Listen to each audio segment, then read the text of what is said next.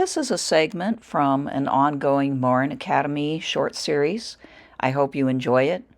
If you would like more content like this, you can also subscribe to the Morin Academy YouTube channel, as well as the Dustbowl Diatribes podcast, and you will see links to those in the show notes below. Thanks for listening. So Wark says that we need to see that these new categories that divide people up differently than just red and blue, conservative or progressive, one of the two stances that exists now, she says, is the envelope or membrane mentality. This is like the, especially the right, but even the left-wing anti-globalist, right, protesters. That seeks to shelter in a kind of imagined past, to kind of withdraw or recede from, global change, right?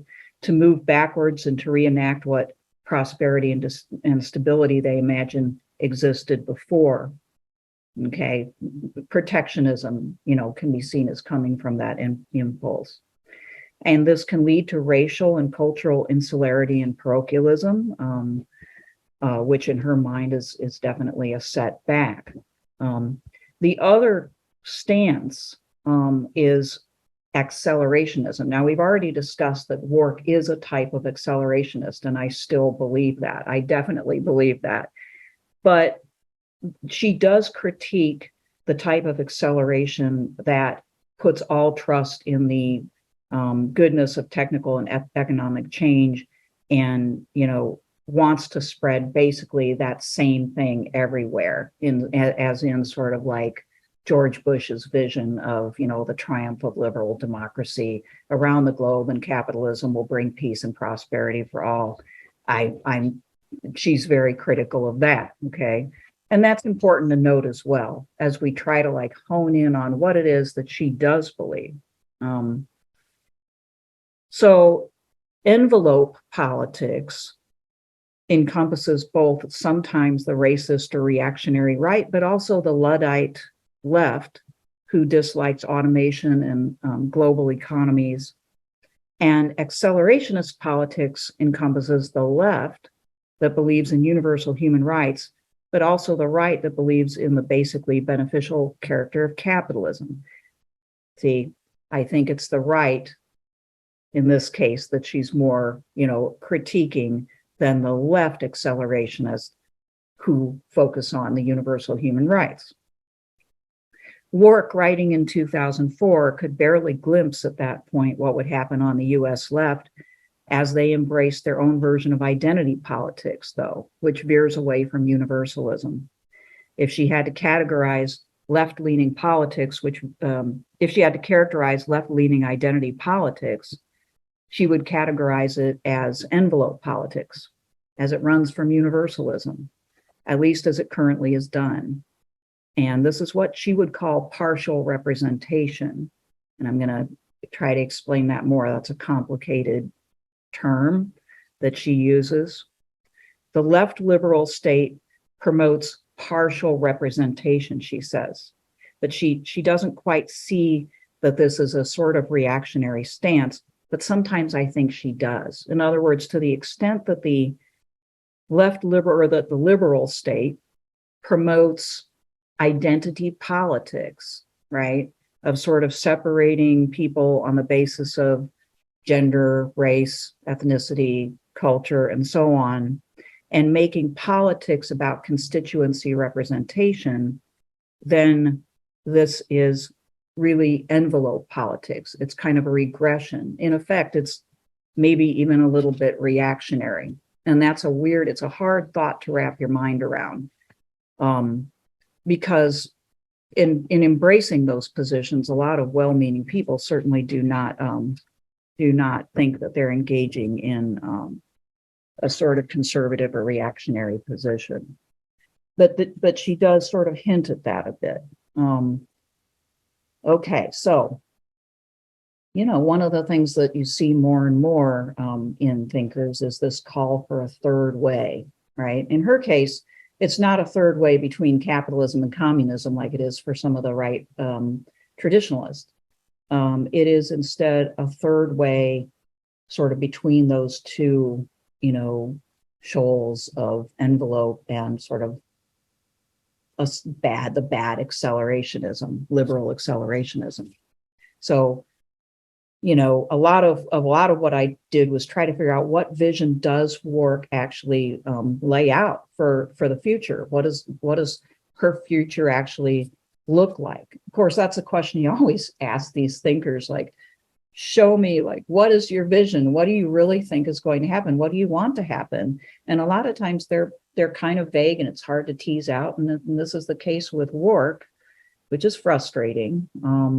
But I tried to do it. She seems like many post-liberal thinkers to be advocating for this in-between or third way, in this case, a way that is neither envelope or accelerationist politics of that kind. If by that we mean accelerating into increased liberalism and capitalism until they actually work. Okay. She's not doing that. And this is where the term representation needs to be kind of delved into a little bit more. The term representation is fraught for McKenzie Wark. She's not referring to just representation in the sense of, one person, one vote, or even constituency politics, although that's a part of it.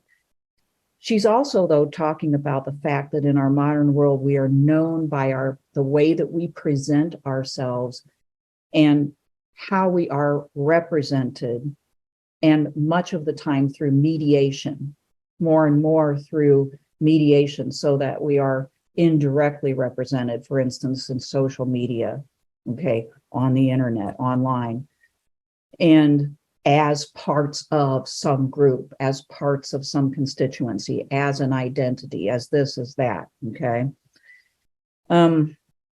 So we present through mediation, literally, usually we are actually represented. Our identity is constantly being presented and represented, and the state and other forces in the liberal society are trying to limit how we present and are represented for consumption by others. Okay. McKenzie Wark herself is a trans woman, and so she presents as a woman. And she, like all trans women, wants to be received as such.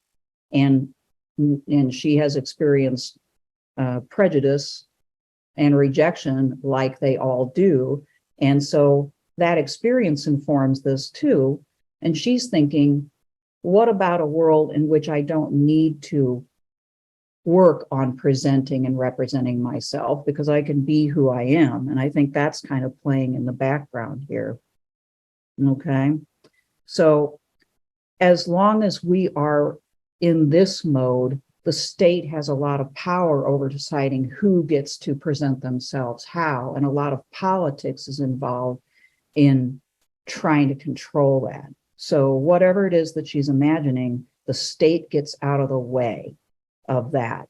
The representative state now, in her view, limits and shapes how we present ourselves and more or less polices us. So she wants a state that lets go, or better yet, the end of the state as we know it, which doesn't mean necessarily the end of the state per se. Okay. But in a way, maybe imagine the end of politics. So she calls for a stateless and, quote, expressive politics. And that's an important term too, expressive politics, that invents relations outside of representation. Okay.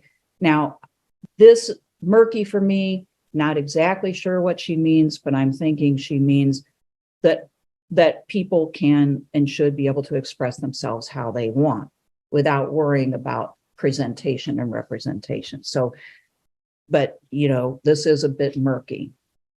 Now this is sort of a list. I'm beginning to just sort of like pull out things that form pieces of the puzzle as far as like what she's imagining a good situation or a good society would be like. She's rejecting old-fashioned collectivism, we know that, and she's in state control of property. But then how is property to be dealt with in in a different society? Are we imagining an end to the concept of property? I'm not sure. She implies this, though, when she says that information is to be shared, and it is the perfect thing to share because you don't lose any information when doing so.